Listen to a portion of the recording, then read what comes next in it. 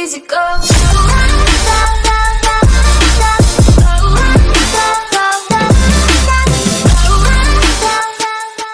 Lidi, vítám vás u dnešního videa a v tomhle videu si zareagujeme na nový Brawl Talk, který vyšel před 2 dnama. Omlouvám se, že to natáčím až teď, ale já jsem neměl vůbec čas.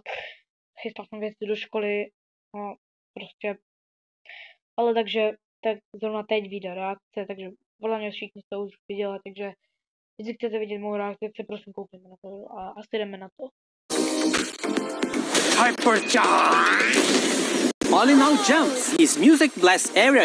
Kámo, tak ten Oli má dost OP hyper, kámo, tak velký ten kruh a no, kámo Byron, kámo vystřelí po každý ultině to Fangs, ten má 2 ultimátky, jo, to je kámo, Jang má rychlejší ty ultimátky, jo, to je taky dobrý. Juju, to jsem, jo, tam má větší ten, to smuňáka, Nipple může prostě chodit přes zdi, což je fakt jako hodně broken, co si koupím. Fakt broken. Larry ale má 2 tady tyhle šašky, takže to je taky hodně OP. A jo, a gadget platí jenom na toho jednoho, takže to je Trank. Ten dává mravence i po té ultině, takže to je taky dost broken. To jsou si všechny šašky. Kámo, na pamku pořád zapomínají. Možná. Zase vypnu titulku, už mě to tady docela štve. Prankster Chester, and True and Fanny, and an update for Rose's cheerleader skin to make it closer to the original vision. Get the Clash Royale inspired Fisherman bus from Super No, komu ten bus mega pěkný.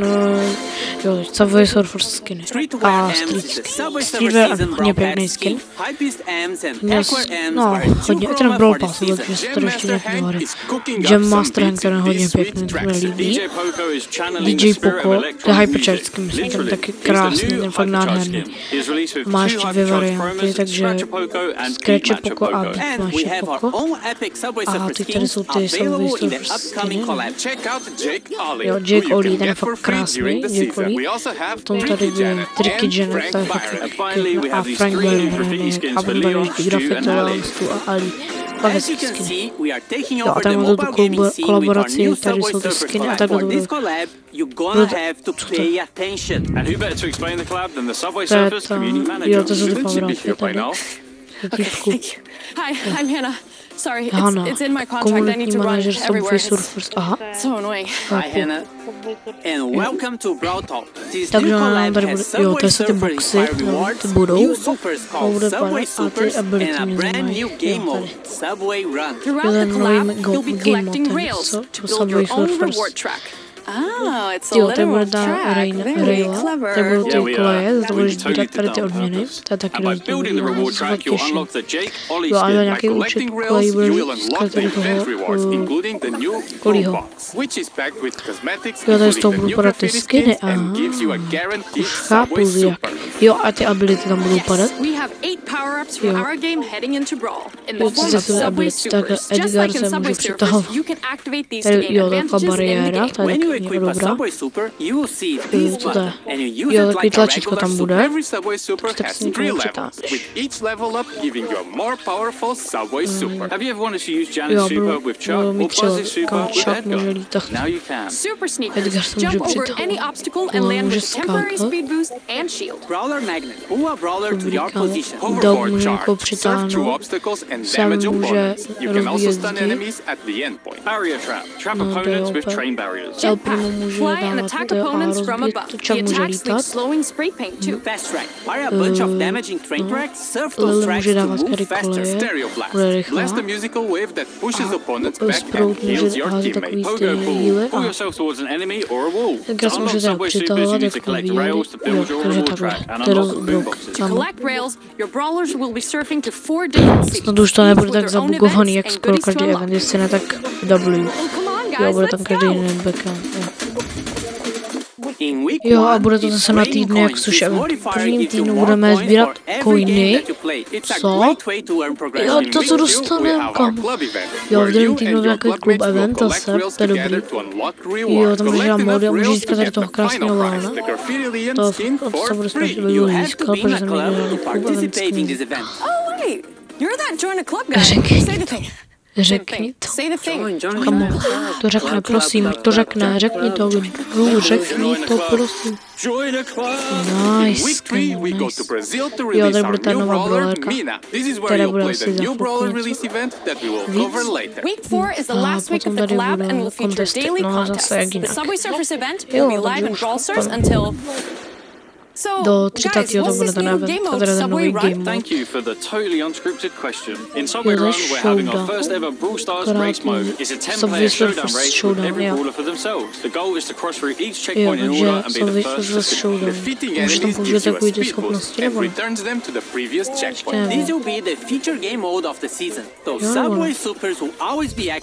Jo, můžeš, jo, oni ti dají strašně.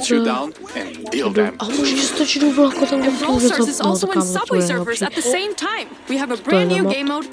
To je přímo Subway Surfers, aha, kámo, tak to je banger. Tak já si začnu zase Subway Surfers, protože Praza skvěle. To bude mekaně Brawlery, to fakt hezký. Make sure to check out the collab before it's gone. Ta spolupráce, nebo už to je, nebo ježiš. To je ten strašný. Oni chcou tím. Takhle se Subway Surfers. Back to Brawl Talk. Hej, to bylo v koho jo, nová, jak se nově budou edonikat brawleři. Jo, tady je ten. Co nebude. Jak jestli to video nový do stránky, tak se nepodívejte. Jo, takže budu otvírat boxy. Z těch boxů ti může padnout, asi hádám. Jo, tak každý dostaneš 3 tikety a budeš odehrávat to a musím dát každý 2 viny, myslím. Nechci to myslím 2 nebo 3 viny, dostaneš box. Jo, za každý 2 viny dostaneš box, takže to je dobrý. Jo, něco jak rankedy, akorát můžu dostat boxy, takže pohodě, jo, zároveň.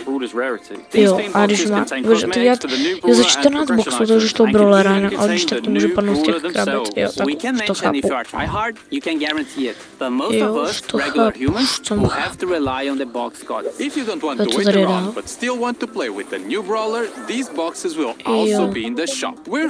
Jo, já si koupit samozřejmě, jak jinak. A no, jak jinak se dají koupit, no prostě nepochopíš. Musíš, ale potom to bude jinak v tom, zároveň už za chvíli takže už nebude jedláce za peníze, jo, tak ta brawlerka.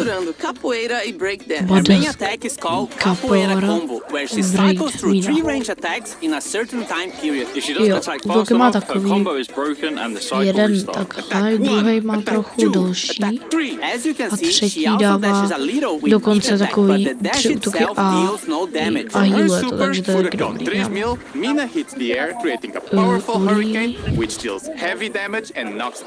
Up in front of her. Mina is going to be released in her very own Brawler release event in September. Hele, ale aspoň přede Brawlera, který má aspoň originální ultimát. Jo, ještě tam máme nějaký kareta skiny. El Grillo, kareta Spike a ten Karl. Jo, Crazy Clown Karl. Hezký skiny, fakt jako pěkný.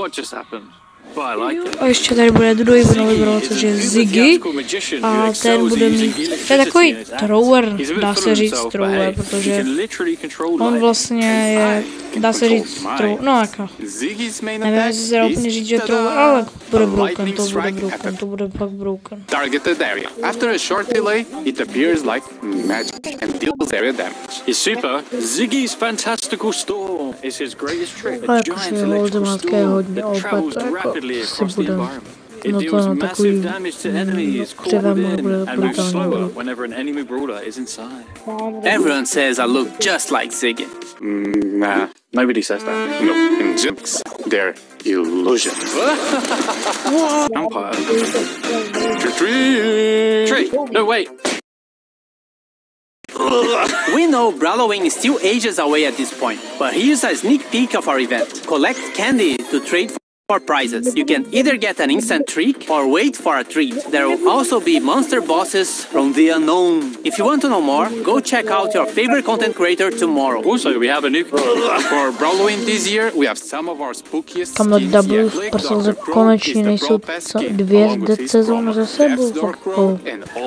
No mě We also double. have Spooky Ghost Diver Rico, Secret Vampire Ape, Stoic Gargoyle RT, Misunderstood Teen Ruffs, and the terrifying Halloween legend, especially Hot Zone, the Headless Stickman. We also have Kaizu Kenji, a new chroma for hypercharged only Kenji.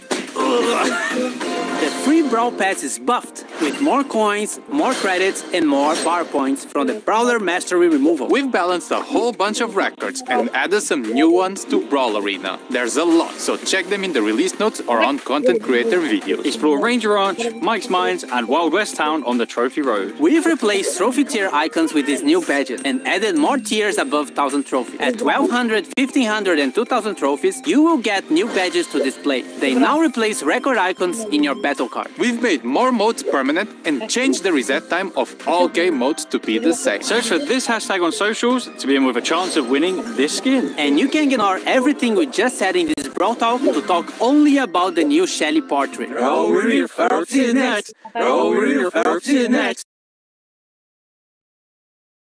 Takže jsme teda na konci videa. Jestli se vám tohle video líbilo, nezapomeňte dát like, odběr a uvidíme se u dalšího videa, tak čus!